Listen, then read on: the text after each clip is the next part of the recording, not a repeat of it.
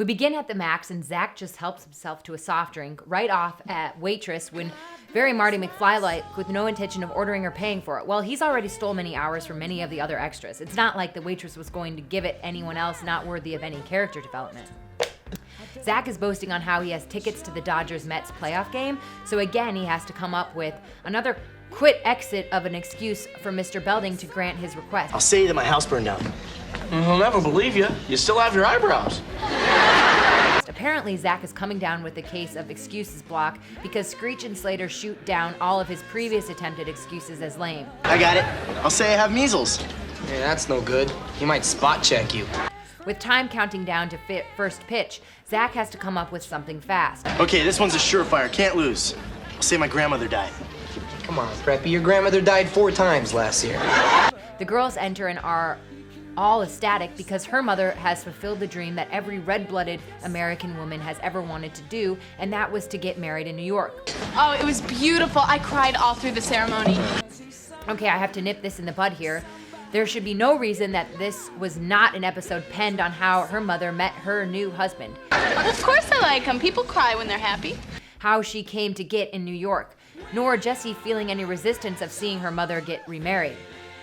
No, to hell with her feelings. I'm just going to dip into your college fund and have fun on your expense by getting married. This show is notorious for not rethinking through its scenarios. Then again, in the Saved by the Bell universe, adults don't matter, not unless your name is Jeff, having an inappropriate relationship with one of the main cast. He is living proof that for every knight in shining armor is just a douchebag in tinfoil. What we all care about today is the revelation of Jessie's new stepbrother flying in from New York, whom will soon be starting school at Bayside. I don't know. He really didn't say much at the wedding. The gang decide that there is enough room for a potential 7th member, and they will do what they can to make him feel right at home because he couldn't quite possible be trouble like Zack. Kelly, you've got brothers. Got any advice? Yeah, don't forget to make sure that the toilet seat's down. Word to the wise for those that like to stir the pot. Know what you are cooking with before you get burned. Kelly? Actually, she's right. I mean, girls can fall in if they're not careful. Lisa and Kelly drop by Jessie's house after class to meet Jessie's new stepbrother, Eric. We make some cookies for your brother.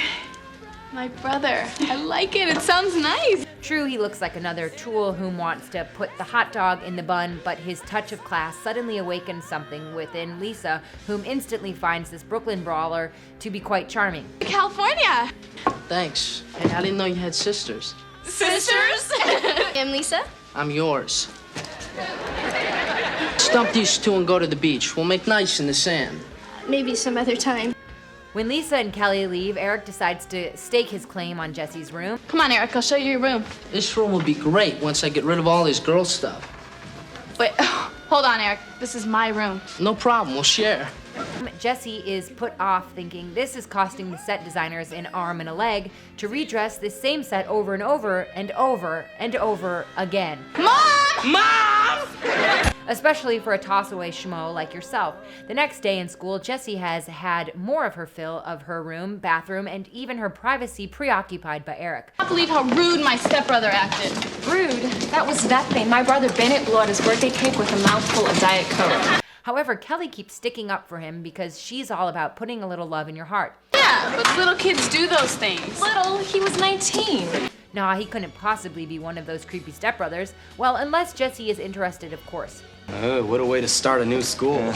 Eric walks on in and takes the easy way out by committing a common sitcom stereotype by taking Jessie's personal diary and threatening to release all of her juicy secrets about her and Slater. You're the yuck she wrote about in her diary.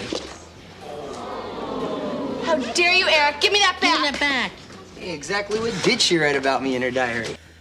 Love him or he'll throw poop balls at you. $2 a page, Curly. I'm warning you, Eric. Give me that. We find out that Eric does have a class with the rest of the gang, and it is mother, because at Bayside, it is proper to only digest one school subject, one episode at a time. All right, you've got math with me. It's right in there. Ooh, I'm so lucky. Well, the first thing you need is books. That's cool. I talked some dork into carrying them up from the bookstore. That's all right. Eric becomes the predator and Lisa is the prey as he follows her around and even pleads for a sit on Daddy's lap. Come on, Lisa, how about Saturday? No thanks. I'm married. Happy birthday to a depraved pervert who is destined for external damnation. How about Sunday? How about never? The class is greeted by Mr. Sachs, whom will be their math instructor for the next 2 weeks. He makes an important announcement that the Jewish holiday of Rosh Hashanah is tomorrow, and since he is Jewish, he will not be in. Tomorrow is the Jewish holiday of Rosh Hashanah. And since I'm Jewish, I'll be home celebrating the new year. Well, that makes tonight New Year's Eve. I don't have a date. He asks all class, whom are also Jewish, so he can inform the substitute that they will not be in either. Oh, good. Hey, wait a minute. The Mets-Dodgers game is tomorrow. This is Zack's cue for an exit as he proclaims his new Jewish faith to excuse him out of the ball game, excuse him out with the crowd. When did you become Jewish? When the Dodgers got into the playoffs, wanna come? I can't. I'm Presbyterian. I wish you a happy new year. Shalom. And a double shalom to you too, sir. I'm more appalled than ever at these writers. It's like they never really read up on what it is to be Jewish and their traditional holidays. Thank you. Let's get started. Yes, Rosh Hashanah is a Jewish New Year holiday held between September 6th and September 8th, which is known for a holiday of praying in a synagogue and sounding off the shofar, a cleaned-out ram's horn, which marks Israel's exodus from Egypt. It also marks the new beginning of the civil year according to the teachings of Judaism and is traditional anniversary of the creation of Adam and Eve, the first man and woman according to the Hebrew Bible, and the inauguration of humanity's role in God's world. Zack mentioned playoff baseball, and according to the Major League Baseball 1993 schedule and baseball in general, baseball playoffs don't start until October, meaning September is the last month of the regular season. So those playoff tickets might as well be a fugazi, fake or counterfeit. Are these writers not aware of how religious exceptions work? Regardless of your religious denomination, to be excused from work in Zack's case from school, he would have been required to get a signed note either from his parents or from his rabbi to excuse him for the day. We return back to Jessie's room, and Eric befriends the gullible one, Screech, because after all, between him and Kelly, they can't see through to his true douche character. Hey, here's a baseball game I taped for you. Good, I can't wait to see it. Our favorite school slave was even so generous as to record the Dodgers-Mets game for Eric to view. Put it in. And Eric ensures his newfound labor that since they are both perverts by trade, they will stick around for Jessie's peep show. Watching the game. Well, get out. I want to get dressed. Hey, it's cool, we're family. Yeah, Cousin Jessie. Have some chips. What we see next is Jessie's demo reel from Showgirls, and she is quite shocked that a sex offender and a world-renowned voyeur are gazing at her on the bad. Screech, if I wasn't in this towel, I would hang you upside down outside that window. Gee, you guys think alike already? She grabs whatever clothes she has available on hand and storms out of the room. Funny, you weren't this shy in Las Vegas. You wanted to be the fucking show. Eric and the persuadable one watch the game. It's only then that Mr. Spill the Wine tells Eric that Zack is at the game due to faking about being Jewish. Hey, look, this is where Zack catches a foul ball. What? He can't even keep a straight poker face by dumping chips all over himself because he has clumsiness of a 5-year-old with brain damage. One with the Dodger blue yarmulke. That's a Dodger head turned around, you dweeb. No, it's a yarmulke. He pretended to be Jewish to get out of school. He's lucky we're the only ones who saw him. Hey, wait until you see this home run. Oops. The next day in school, the truth is out, and Eric plans to blackmail Zack into giving him the royal suspension along with his locker, lunch, and any other valuables. Guess what? Thanks to your religious experience, I've just inherited your locker. Ooh, you must be dreaming. Well, actually, I did have this dream about you cutting school to go to Temple Bed Dodger Stadium. That the ball you caught off Rabbi Strawberry's bat? On tape. It's the ball, the locker, and 10 lunches in return for my silence. Naturally, Mr. Belding and isn't obvious to anything odd going on, given the fact Zack is forking everything over to the new school bully. I like what I'm seeing here, boys. People helping people. Gosh, I'm getting chills. All Eric sees is a school ripe for the picking.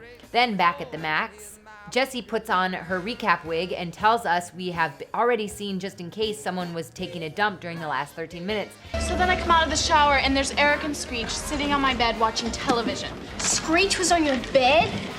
Oh, I hope you burned your sheets. Kelly is still putting on a Coke with a smile because she thinks Jessie is being too hard on Eric. Jessie, that's nothing. Brothers and sisters go through it all the time. You have to get used to it. Tell that to the rapey soul who would like to know if your pants are a compressed file. I don't have to get used to it. He's invading my house. Because boy, would he love to unzip them. Jessie, it's his house too now.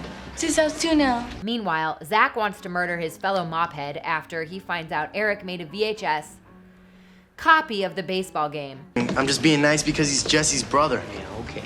Yeah, and Eric's being nice by not showing Belding the tape of Zack at the Dodger game. Tape the game for him. You taped it? Man, I'm gonna kill you. Sarcasm, because murder charges are expensive. Zack, remember your roots. I mean, shalom means peace. At Jessie's house, Jessie and Slater are reviewing algebra, which I'm guessing is code for let's take it to the next degree. You didn't need help in algebra, Jessie. Got this down cold. I know, but I wanted you to keep that teenage terrorist away from me. When Slater leaves the room, Eric walks in. Apparently, he was on the other side of the door video, taping their letters to Penthouse, the audio version. I'm moving in. It's my room now. Oh yeah, says who? Says this. Listen. Hey, come on, baby. I'm trying to study. Why don't you stay away from my neck?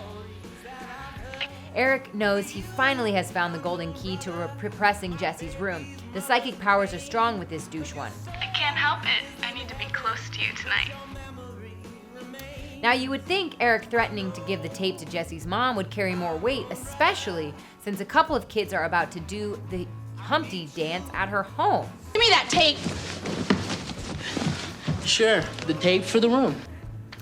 So what does he do? He keeps it trashy by playing her amateur porn over the intercom at school. Bingo, that's my specialty. At this moment, Jessie, why the hell does it matter? You're in the clear. The moment he plays it, he is cuffed and arrested. Your room and your privacy are as good as yours.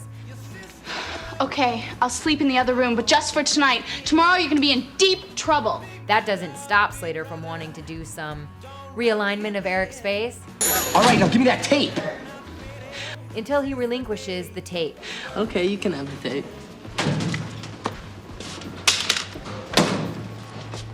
Hey, look, your little tricks might work in New York, pal, but they don't work here. Eric gives him the tape, but just like any other internet blackmailer, he tells him once it's in the public domain, it's fair game, as he just made 20 copies of it and will not relinquish those until he can have his car so he can date rape Lisa. Look, Slater, I'm working on a big date this weekend, and I hear you have a pretty hot car. Yeah, so? So you lend me your car, I'll give you the tapes. He was going to give Eric his car until Jessie comes down for a sexual distraction. Did you set him straight? Well, Car for tapes? yeah, Mama. I got it covered. She's becoming quite the game changer in this one. Look, here's a tape. Well, I hope you learned your lesson. Zack and Slater salivate at the teeth in a school world without Eric. Let me guess. You're either killing a fly or Jesse's harmless little brother is making a fool of you. I'm gonna kill that kid, Zack. Kelly offers a ray of sunshine and peace offer, proclaiming make love, not war. Can you believe he wants me to lend him my car? What's wrong with you guys? You're not even giving this guy a chance. He's new at school. He has no friends. He's in love with Lisa and she won't even talk to him. I'm ashamed of you. Ugh. Kelly exits and Mr. Belding arrives to show them his pride and joy, his cherry of a car that he plans to give to Mrs. B for her birthday. Sure, now's not really a good time. No. Oh, come on, come with me. I gotta show you. You're gonna love this. Come on. I'll wait till you guys see. Slater has been chosen with the task of installing a brand new CD player and even offers to give him an expensive car to a group of kids whom have a notorious reputation of being very trustworthy with high-priced equipment over the last 60 episodes. Oh, I'm sorry, Mr. Belding, but I really don't have time to do that today, sir. Well, that's okay. There's no hurry. I'm gonna be away all weekend, and Mrs. Belding's birthday is not till next week. Mr. B. Time out. Yeah, I don't think your insurance covers pre-existing organs. In the operation to get the imitation Zack the F out of the Bayside, Zack calls upon Lisa to convince Eric to go on a date with him until this weekend. I am not a piece of toast, so why are you buttering me up? He keeps his bribes current with the times and lures her with 2 tickets to the MC Hammer concert. You've got MC Hammer tickets? I'd do anything for those. Don't we all want to get some hammer time? Oh, anything? Anything. Who do you want me to kill? She can't get enough. She is too legit to quit. I'd rather shave my head and wear polyester. Huh? Why is this so important to you? Please. When he asks you out, just say yes. Do I have to? No. But if you don't, can't touch these. All right, bring on the worms from the Big Apple. Eric arrives right on schedule and does the predictable and asks Lisa out. So, how about going to the movies with me tomorrow night?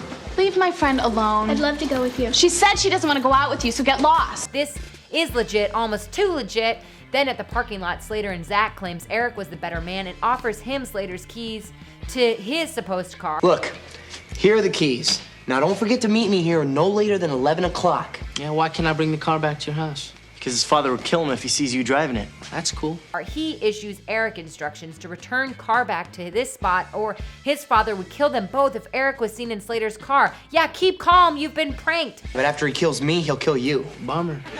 You know, Eric better enjoy his ride because he's about to become history. During the evening, Eric and Lisa stop at the Max because that is the only restaurant establishment putting money into the local Bayside community. Yeah, it was really romantic. I mean, I've never seen Casablanca before. Eric, on the other hand, reveals a much sensitive side when he took Lisa out to see Casablanca, considered by some critics as the greatest movie of all time with a current 9/10 rating on Rotten Tomatoes. It was great. I go to the classic movies all the time in New York. They're much better than the ones today. It's then he's automatically an okay guy because having an appreciation of classic cinema washes over your character flaw as a jackass. Louis, this could be the beginning of a beautiful friendship. In the end, he is crafted like any other character such as Ralph Macchiato's in The Karate Kid, whom is just as a lonely, misunderstood soul who's trying to fit into his new school. That's it. You know, there was a line they cut out after that. Really? What was it? Louis, I want you to wear my class ring. Lisa takes a shine to his gentleman rapper, including his few bogus impersonations I've ever heard. Okay. Back at the Bayside parking lot, the trap is set and their favorite hired goof is set to take a picture just as he is pulling in Mr. Belding's car to the parking lot to nail Eric for grand theft. Now, do you have the film? You have the batteries? What do you take me for? Some kind of idiot? In an old switcheroo, Lisa is driving instead of Eric. If you thought I was kidding after stating the obvious, I assume you are stupid and have no sense of humor. Are you sure your friend doesn't mind me driving his car? Relax. Don't worry. Besides, what could happen in an empty parking lot? Screech takes aim and shoots as Lisa pulls into the parking lot. Now, Screech, now!